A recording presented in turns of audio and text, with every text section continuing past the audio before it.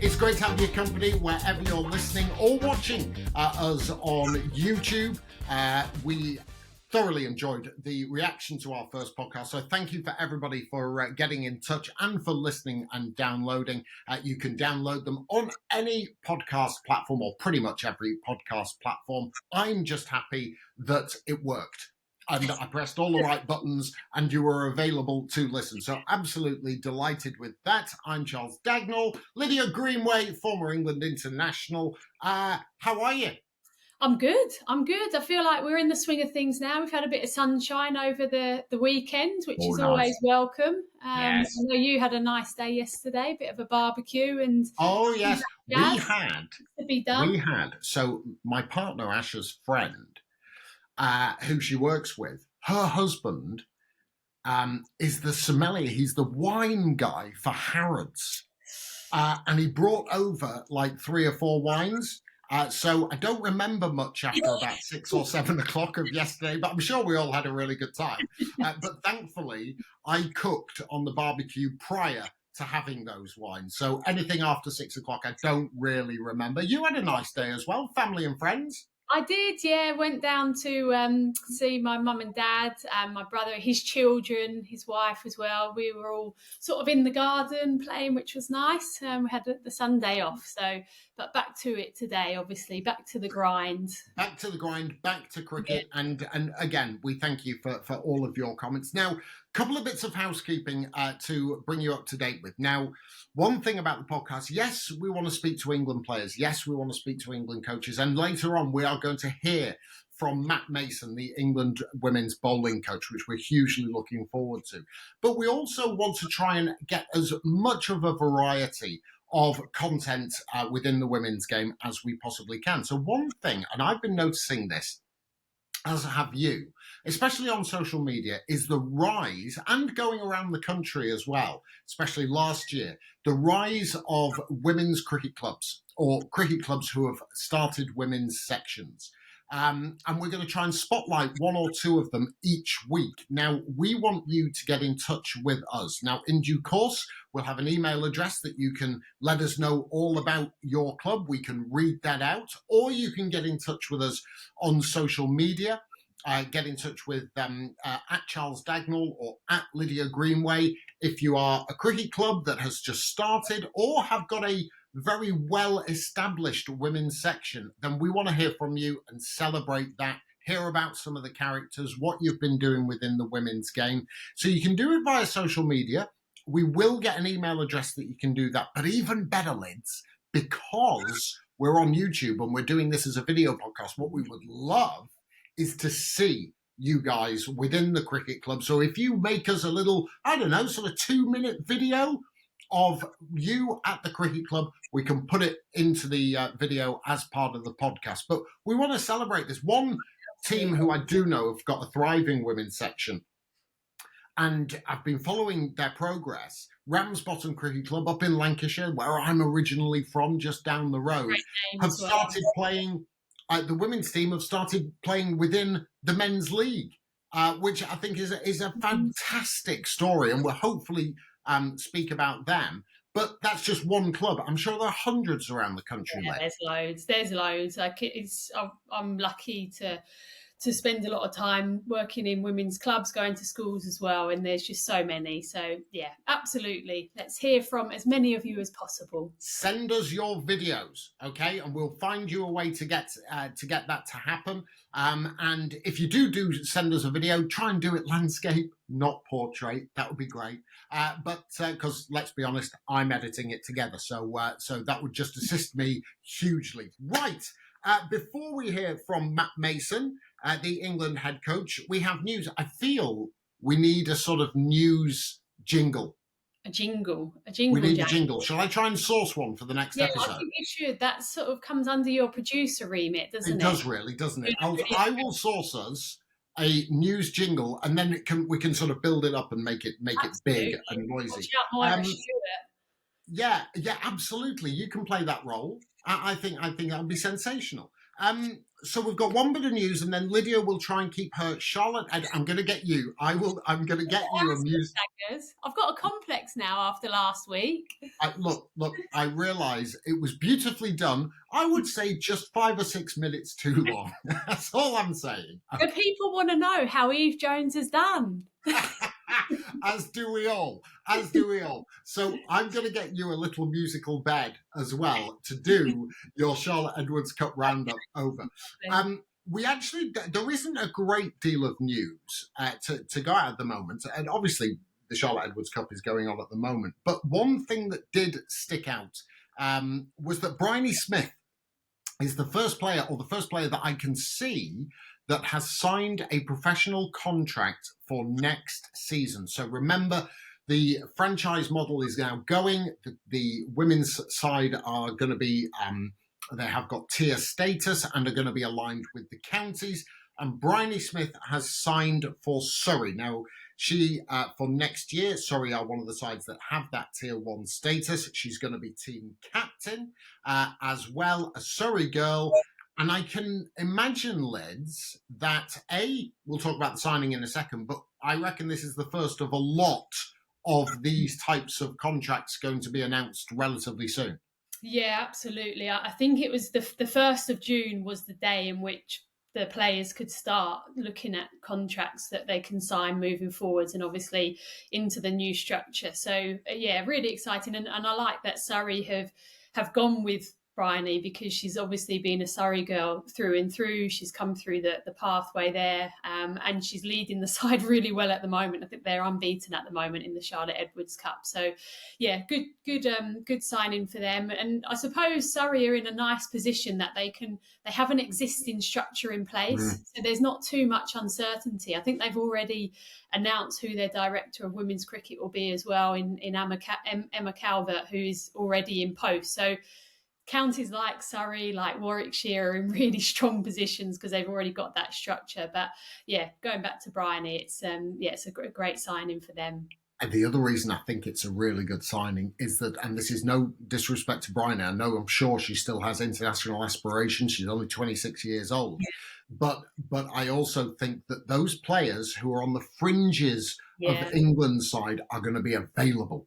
They're going to be available for a lot of the Rachel Hayhoe-Flint, a lot of the Charlotte Edwards Cup, and those types of players are going to be really worth pursuing. And I think Surrey have made a very smart move.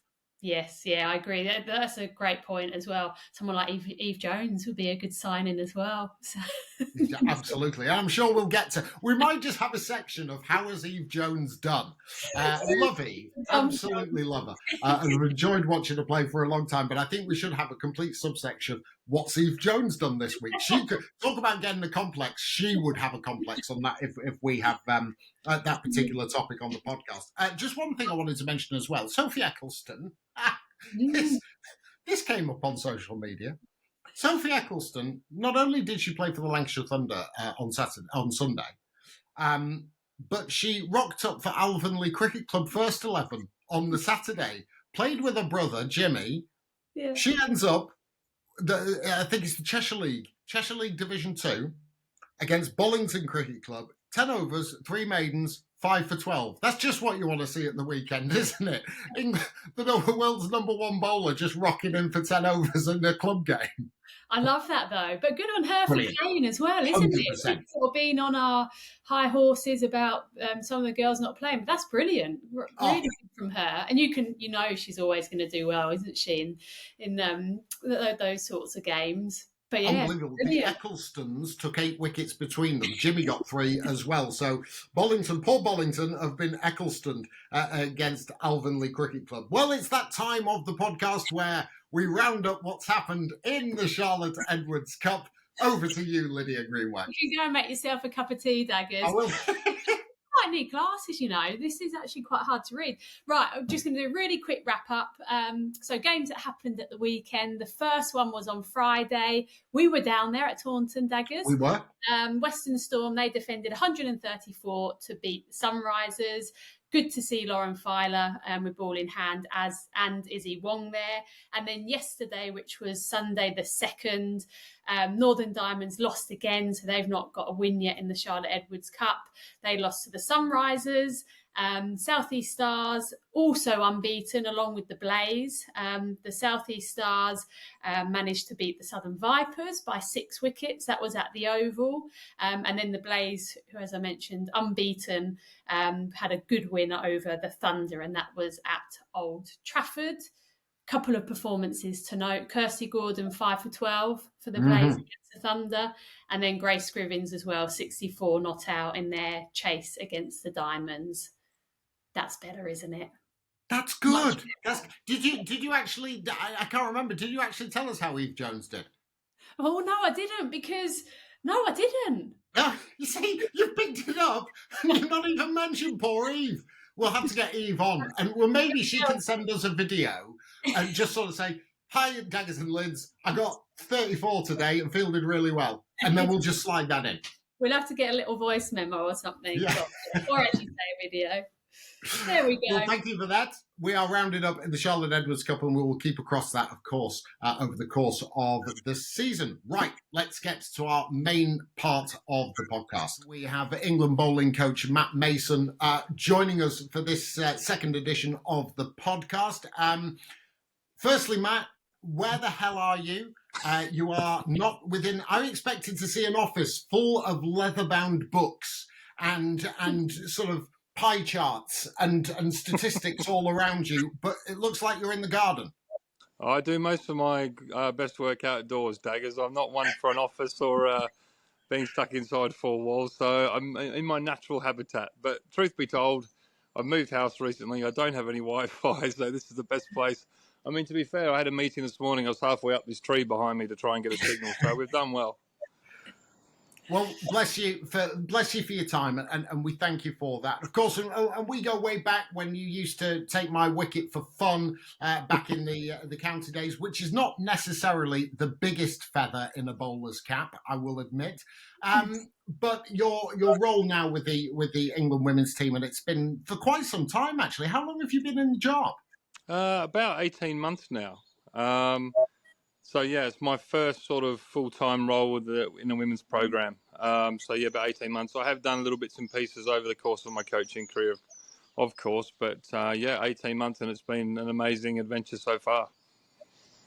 How's that been? I mean, the transition, obviously, coaching men's teams to women's teams. I mean, was it a big difference to make? I'm still learning, I think, to be totally honest with you. When I say learning, I'm talking more about coaching female fast bowlers more specifically. There are some obvious differences, but generally coaching is about people, isn't it? So I've actually found the transition into the women's game more to my liking. I really enjoy the way the girls build relationships, which is I'm big on as a coach. So I have to say that I'm probably really in my favourite environment at the moment. Just on that as well, before we get properly stuck in, you have listened to the first edition of the podcast, and that's why we're really grateful for you for coming on. And you sent me a message saying, I've got my gum shielded ready, because we did discuss lots of topics. So he's got his hard hat on and gum shield. And of course, there is, what we discussed in the first edition of the podcast about the workloads and about player availability and all of that. It's comes from a good place. I'm sure you understand it comes from a good place and the questions. So, Lyds, take us over. Well, I mean, obviously, I guess following up from the podcast that we started with, I suppose one of the themes that came out of it was around availability of the England players and perhaps not always playing in the domestic games when maybe they could do. And I think that comes more from a place of us seeing what we think is happening, whereas we know that isn't always the case. So I suppose the first thing that I guess would be good to start with is from obviously your point of view, the coach's point of view, how do you manage the availability of the England players when it comes to obviously the Rachel Hayhoe-Flint, which was at the start of the season, and now more recently the Charlotte Edwards Cup? I'm guessing from Heather's answer it is very much individual, but I suppose how do you get to those decisions? It certainly is individual, Lids. And can I start by saying that I have listened to you guys discuss this during the commentary in the ODI series, which I stepped back from for that series. So I was able to sit on my sofa and listen and watch. And I have to say that I'm in agreement with you in terms of the importance of the domestic game. And of course, we want to make our girls available as often as we can. But obviously, behind the scenes, it's far more complex than that. It's very much about working through every single individual, what that player needs at that given time, and what that player's long-term development looks like also. As you know, the modern game is far busier than it used to be. There's a lot of cricket now. 12 months of the year, these girls, we're having to program them for, and we've got to look ahead to things as far ahead as the Ashes, obviously, which is a massive series for us in the new year in Australia. So we almost have to work back from these time points, and sometimes that means making some short-term decisions as well that have the best interest of that player at the centre of it. And that might be from a physical point of view, it might be from a skills point of view, it might be from a well-being point of view. But how those decisions are worked through is actually quite thorough. We meet every Monday morning as a fast bowling group, and I'll talk to the fast bowlers here because it's more specific to my role. But, you know, we've got a wonderful science and medicine team, one of the best I've ever worked with. And with those guys on a call, there's probably 8 or 9 of us sat around a table or sitting online discussing each individual. And sometimes those meetings take 2 to 3 hours. And out of that, we make some decisions. And those decisions are often based around what does the next week look like? What do the future fixtures look like? And what is the best thing for that player at the time? Because we need them available and at their best for England fixtures, obviously, first and foremost. Now, if we can afford them the opportunity to go back to their region, we'd like them to do that for many reasons. One, it's a great place to go and play your cricket. And 2, spread the word of the England team throughout your region. We don't underestimate the impact that our senior England women have on their regions. And at any given time, there are England players playing. But I also understand sometimes where you guys might think, well, you know, where are these England players? Why aren't they being seen more readily? But it's not without good thought and good processes. And that's why we come up with these decisions. And what about, I suppose, one thing I think is quite unique to women's cricket and maybe women's sport in a whole is actually the sense of responsibility of growing the game together as well. So obviously with the new domestic structure coming in from next year, I suppose from that point of view, and then also from an England point of view and the connection that is built from a standing start, really, making sure that the domestic structure is as good as it can be.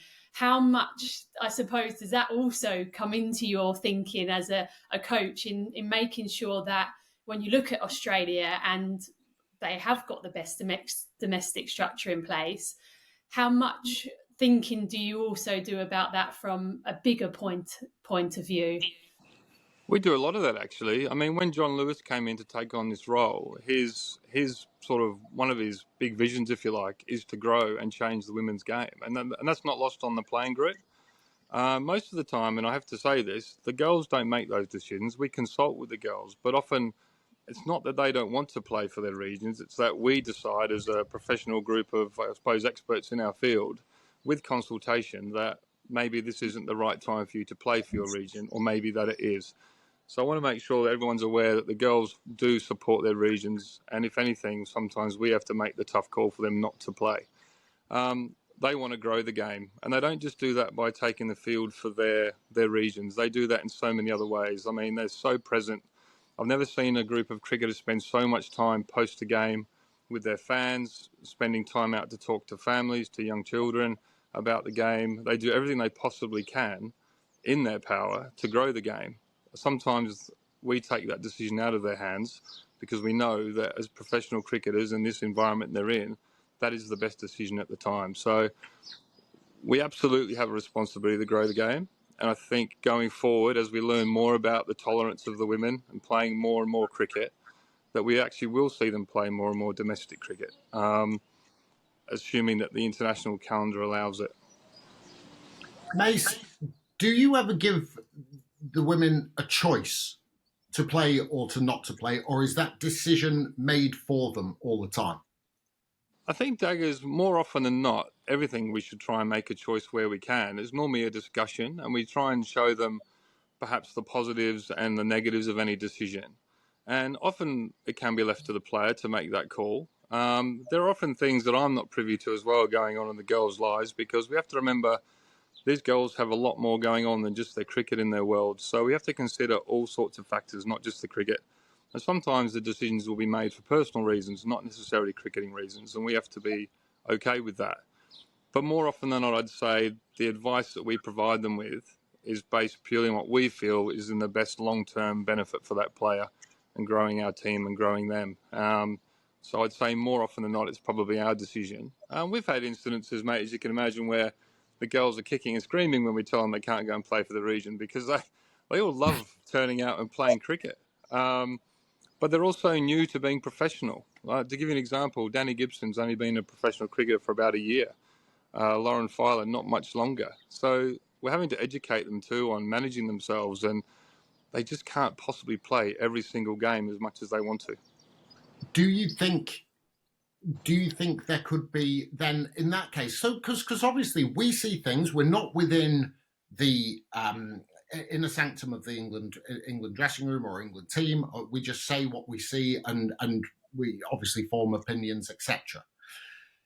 But could there be slightly better communication, do you feel, to reason why X has been left out, or Y is not playing for the Sunrisers, or Z is having a break from cricket altogether? Because obviously, we look at the cold hard stats of it and look at, certain players who have played very, very little domestic cricket, and we wonder why. That's a really good point, Daggers, and I think you're probably right in some regard. I mean, obviously we communicate a lot with the regions.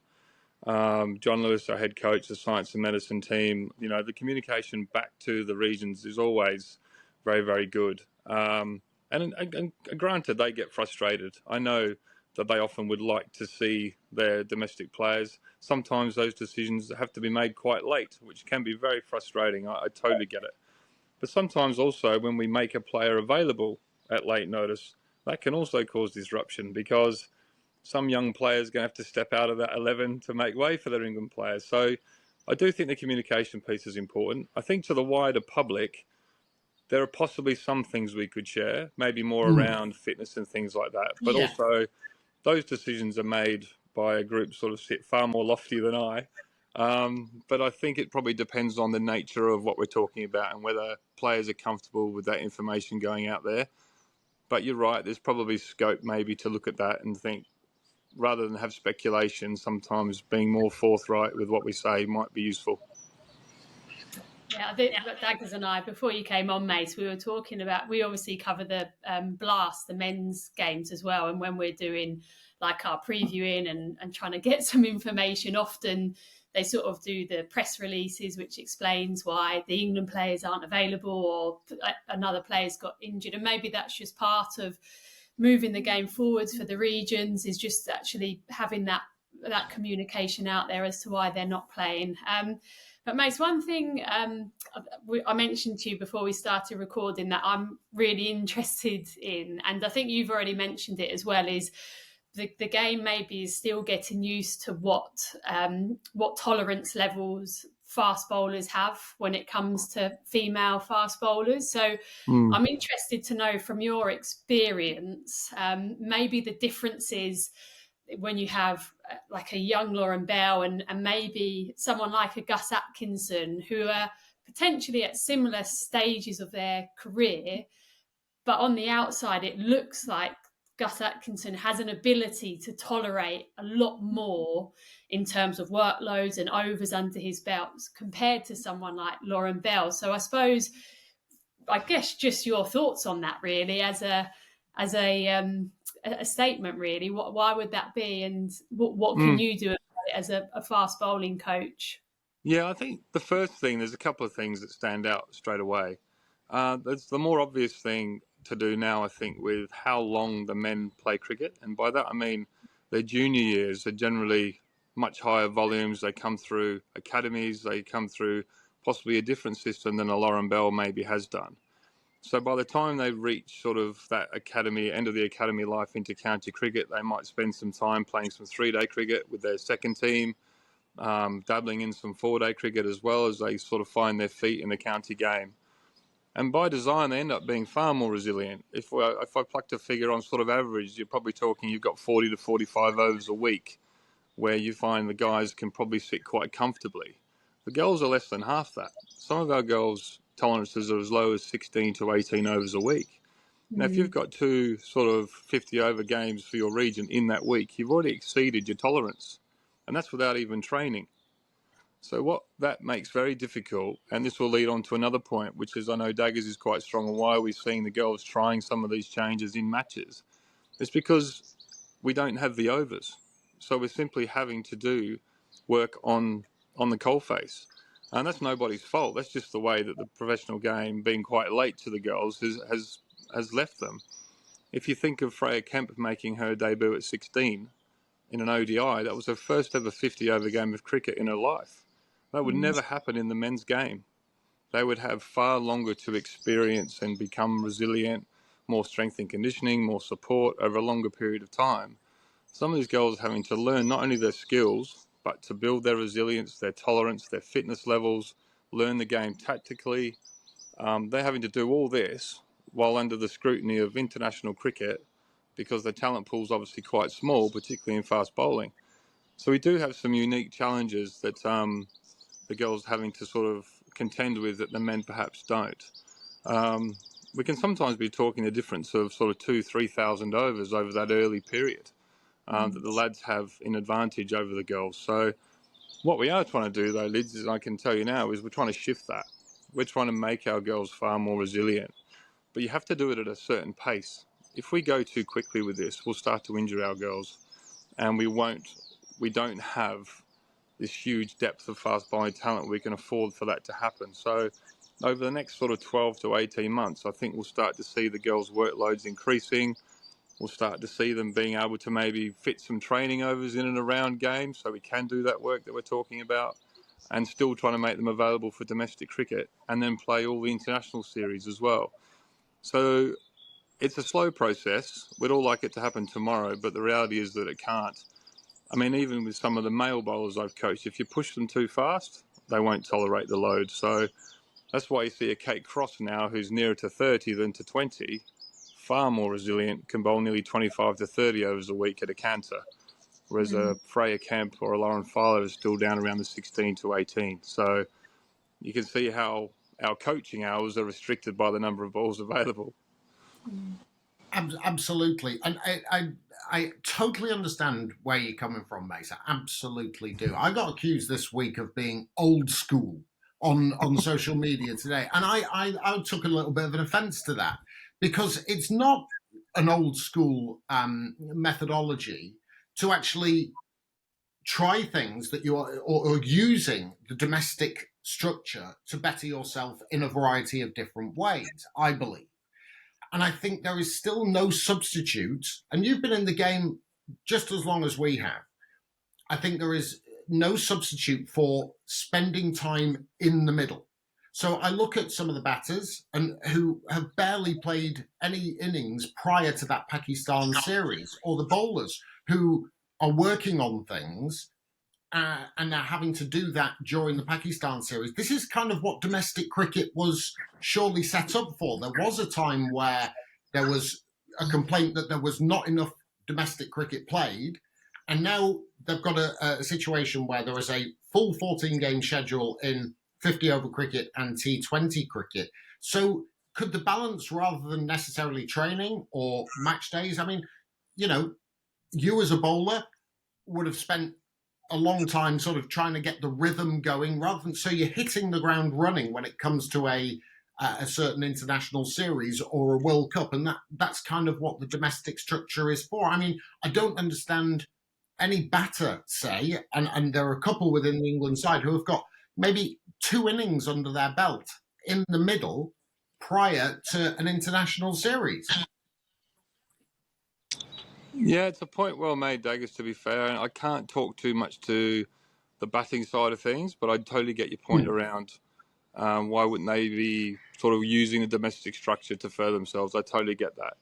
I guess the point is as well that we're trying to put our best team out there as often as we can. And in discussion with the players, we challenge them a little bit around this stuff. You know, are you prepared to go into an international fixture when you're still one of our best bowlers and work on something new, or you're one of our best players? Because, yes, you might be working on something technical, for example, but by, as you rightly said, by going out there and experiencing it in the moment, in the game, and putting it under pressure, which we have to test it, it might not always go quite so well, granted, but we still feel the benefits far outweigh the potential downside to that, because every little change that we make is really, really important that it's tested under pressure. We can't recreate that pressure in training. Yes, technical change can be difficult. Any sort of change can be, but it's not done without the consultation of the girls. So, for example, I'll give you Lauren Bell, as we've documented. Yeah. If Lauren Bell decided that she did not want to play those fixtures because of the technical change we're making, then we would have to have that discussion and potentially leave Lauren Bell out of those games. But someone like a Lauren Bell who's really determined and really brave, I think, said, I'd much rather play for England. There's no point me not doing it in a game, because then I'm just practicing bad habits and the change will never land. So I'm going to take it into the middle, except that I might get a few things wrong, which is really brave because we know they get judged out there. But we also saw some real positives. And if I could tell you that she came off all those games absolutely buzzing because she did some really great things that we've been working on, we see that as coaches as massive growth. Yes, it doesn't always look perfect. And yes, it's elite level and all those things. But I think with cricket and our situation is a little bit unique. We can't really afford to pull all the players out that we're trying to develop and send them back to domestic cricket and miss games for England, because we just don't have that depth at the moment to be able to do that. But I think we will in the future. Thanks, mate. Really appreciate you sort of answering these questions. But we'll move on, because we've got, well, it feels like talking points that come up in, again, women's sport and particularly women's cricket. And we'll stick to bowling because this is obviously your bread and butter. But your thoughts, firstly, on pitch lengths. So one question that we get, people sort of put forward a lot is, why don't the women bowl on or play on shorter lengths pitches? And then also the ball size, which for me, that is more interesting, I think. But we'll start off with pitch lengths and what you think. If the women should play on shorter pitches, if you do, why would you say? If not, what would be your reasons? Oh, look, I think if there's any scope for short pitches, it's where we see it sometimes in the junior men's as well. It's the younger age groups, when they're really young and they're struggling to cope with the nature of a bowling action, and they get their bodies into certain positions just to try and get the ball down there in one bounce. And they unfortunately end up learning poor habits and poor techniques. I think the girls can cope with a full-size pitch. I've seen it. I mean, I watched the girls bowl. I take a mitt to Lauren Filer. I wouldn't fancy facing Lauren Filer, to be honest with you, over 22 yards. 20 yards, yeah. No, I absolutely believe when I watch these girls, especially having been involved back when you were, Lyds, in 2012, I did a little bit. And the pace the girls bowl at now, the athletes that they are, they can absolutely cope with a full-length pitch. I actually think they could potentially play on bigger boundaries soon, the way they hit the ball as well. So, I have absolutely no problem with them playing on the conditions that they do now. In fact, I think sometimes the game's harder with the smaller fielding circle, the only 4 out at the death. I've got nothing but admiration for the way they go about their business. Yeah. Always been a batter's game. Yeah, that's for sure. And the ball size. So, the reason I find this one interesting is I was speaking to Catherine Siver-Brunt, and she felt that she's not so worried about the weight of the ball, but she felt that if the circumference of the ball was smaller, then as a seam bowler, she felt that she would have been able to have got perhaps more movement through the air, but also off the pitch. And also the same for spin bowlers as well. If they've got a smaller ball in their hand, they have the opportunity to be more skillful, to get more revs on the ball. So again, just your thoughts really on that as a potential change in the game, if you think it would be a good one. Yeah, I heard something around this recently. It was certainly discussed. I think I'm right in saying that the female ball, is only 3% smaller in size to the men, but yeah, I think on average hand size is about 10 to 15% difference. So you can see how Yes. it might be a challenge. And certainly one of the great skills to get movement on the ball, whether it be spin or swing, is imparting spin on the ball. So you need the ball to be in contact with your fingers as long as possible. And if you've only got small hands, that can be more difficult. Now, I wouldn't like to say or speculate too much, but we don't see too many female spinners absolutely ripping the ball hugely. But then someone like a Charlie Dean and a Soph still get plenty of revs on it, so they could probably answer that more effectively. I get Catherine's point. I see a lot of seam bowlers still wobbling the ball when it comes out the hands.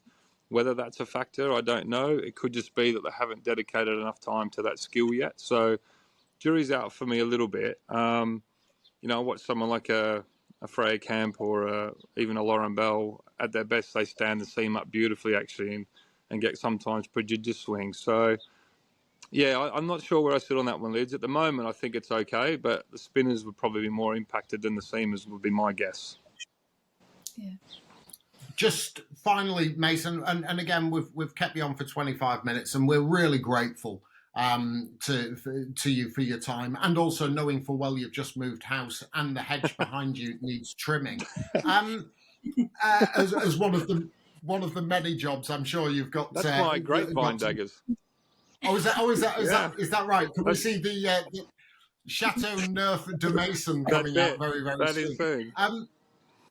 Just a sort of quick fire hit, really, because we look at fast bowlers. That is your remit, and the four, and I know there are more, but there are probably the four that we look at are Lauren Filer, Lauren Bell, Izzy Wong, and Mahika Gore. So we have mentioned on commentary that you're working on things with Lauren Bell to try and adjust her foot position at the crease so she's anchored a little bit longer and she can start to develop the away swinger, which we saw actually in a couple of instances in the One Day International Series just recently. What about the others? What about Izzy Wong? Because she's gone through some difficult periods over the last 12 months as well, after being the poster child for England and after such a great bursting onto the scene and with England and the WPL. She struggled for a long bit. How do you, I'm not asking for any trade secrets or anything like that. I'm sort of basically, how do you manage that process into getting someone like her back?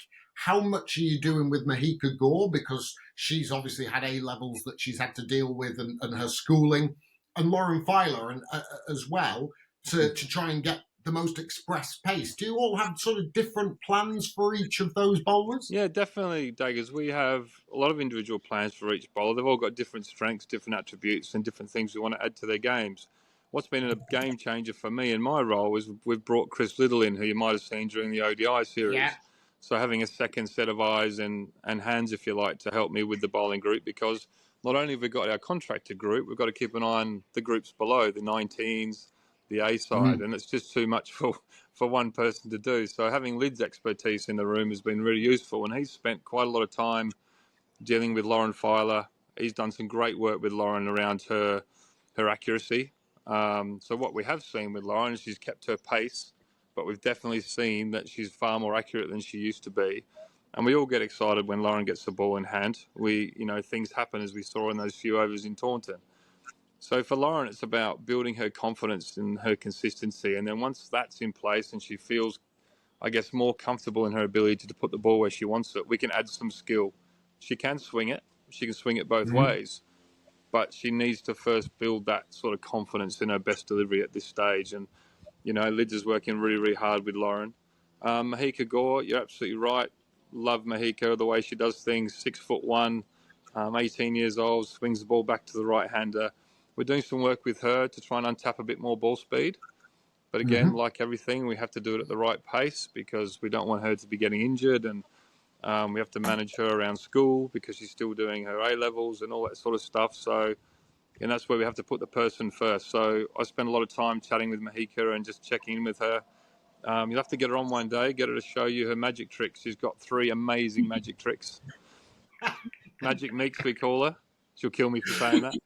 And then obviously Izzy, as you know, Izzy's a wonderful talent and a wonderful person. And I think going back a few years ago, that bursting onto the scene, when you look at it in isolation, probably put her under a huge amount of pressure.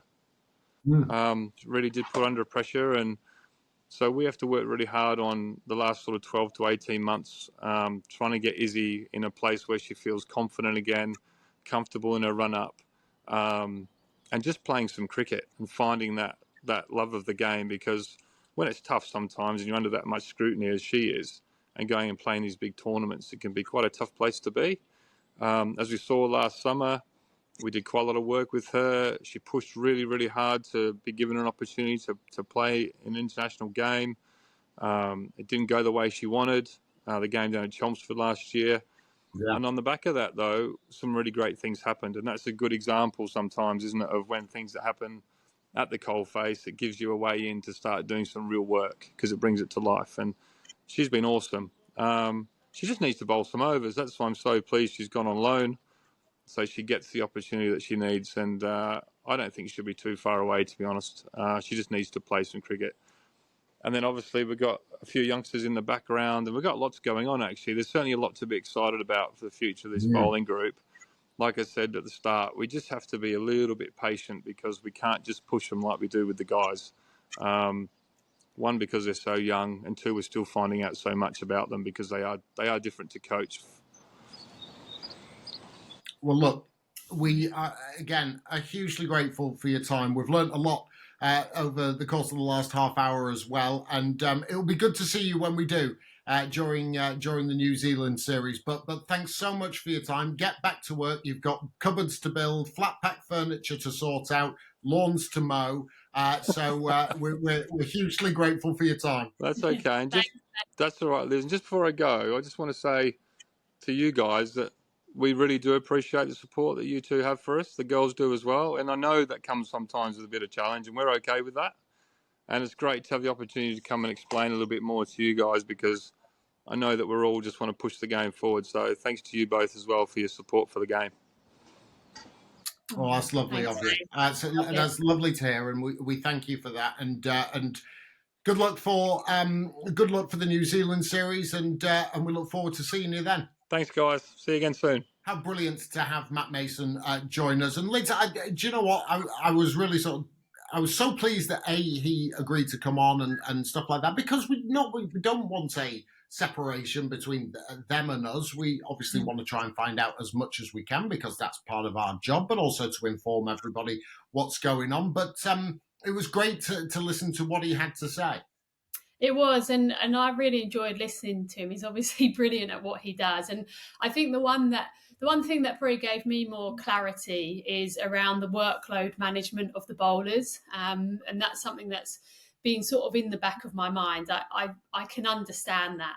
They don't have as many overs to work with, so you can completely understand what they're trying to do. Clearly, moving forward, that has to get to a point where it's increasing over time, because these players need to get better. They need to be playing more cricket. I suppose from a batter's point of view, why some of the girls aren't playing as much domestic cricket, and obviously Matt can answer that as well, because it's not in his role or his remit. I suppose that's probably still a bit of a question mark. I don't know what you think. Well, I ask you, as a former professional batter, if you were playing for England, and the setup is as it is now, where there was, I think, 4 or 5 Rachel Hayhoe-Flint trophy games, you're building up to an international summer. Would you want to spend 5 innings at the crease, even if you're not getting any, but that time in the middle, match situation, that ruthlessness and hunger for runs to get yourself in the best form possible? Now, that would be the way I would see it. But is that the way? Is that the way that you would work? Yeah, 100%. I think most batters, you ask them, how do you get better? You get better from time in the middle, learning your game, playing in proper situations. And I think over the years, in the women's game particularly, we've produced really good trainers. we produce people who are brilliant in the match scenarios. We've all been in those scenarios where it's like, well, that was 2 because it's gone out to the boundary and I'm running with Danny White at the other end, so she's always going to come back for 2. So in those training scenarios, you become really good at them. But suddenly when you're in a match situation, that's where sometimes you can get caught out a bit. But yeah, just going back to what Matt was saying, I think he spoke a lot of sense. I mean, I don't know if you agree with that, because I think, as he said, the perception that we have sometimes is often down to a lack of knowing the reasoning and those sorts of things. So yeah, it was good to sort of clear up quite a few things. Absolutely. Well, we're hoping that this is the high quality caliber of guest that we will get on pretty much every time that we do the Daggers and Lyds podcast. Great. We're finishing up, but we have a melancholy sort of happy trails to mention. That it's not recent, but Lydia, I know you wanted to mention it. Yeah, I did, because we've not had the opportunity to mention it yet. But Patsy Lovell, who was Surrey's most capped player, she played for England as well. She was an England selector for all the years that I can remember.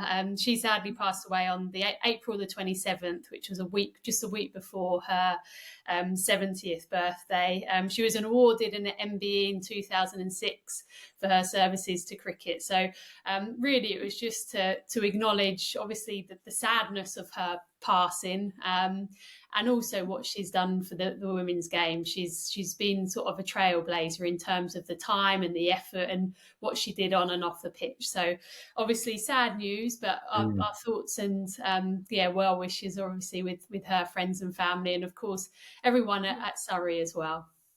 Nicely done. Very nicely done. So, end of episode 2. Do not forget to get those videos to us or information about your club cricketers. We will give you lots of information on how to do that or we have done at the start of the podcast, but we want to hear from you. Any questions you have, any comments you want to make, either do it down below on our YouTube channel. If you want us to answer them, I think it's down below. It might be again to the left or to the right, which I realized after watching on the first episode that it's actually opposite. So if I go, when you see it on screen, so down to my right or my left, I think that's correct. So put your comments in the sections or get in touch with us on social media, and we're always happy for your input as well. But we're going to be spotlighting some clubs on future editions, and thank you so much for your company as ever.